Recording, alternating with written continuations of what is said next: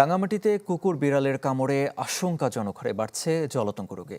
হাসপাতালে প্রতিদিন ভ্যাকসিন নিতে ভিড় করছেন অনেকে, তবে সরবরাহ না থাকায় বিপাকে পড়েছে মানুষ, সাথে বেড়েছে ভোগান্তি।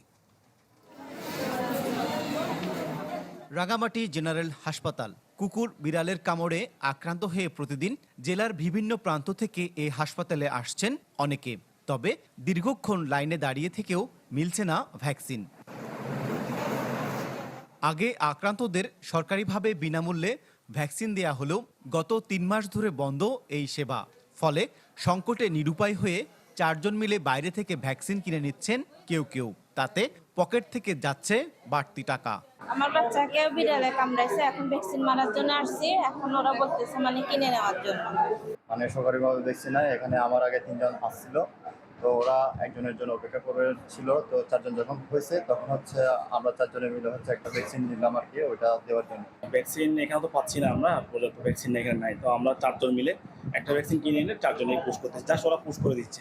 আমরা হাসপাতালে ভ্যাকসিন দেওয়ার জন্য বিড়ালে আচরণ করেছে, তাই হ্যাঁ এই ভ্যাকসিন আমরা 4 জনে নিচ্ছি একসাথে। আমরা জানতাম যে একটা সরকার থেকে ফ্রি পাওয়া যেত, এখন আমরা তো ফ্রি পাচ্ছি না, আমরা টাকা দিয়ে কিনে নিচ্ছি। ওইটাও আমরা কিনে দিয়েছিলাম প্রথমটা, আর এটা হচ্ছে আমরা এখনো 3 জন হয়েছি, আরেকজন অপেক্ষা করতেছি, তারপর একজন আসলে ওটা কিনে দিব। কুকুর কামড়ানোর ভ্যাকসিন দিতে যাচ্ছে, টাকা 135 টাকা করে, এই 4 জন মিলে একটা ভ্যাকসিন দিয়ে 4 জন থেকে ভাগ করে।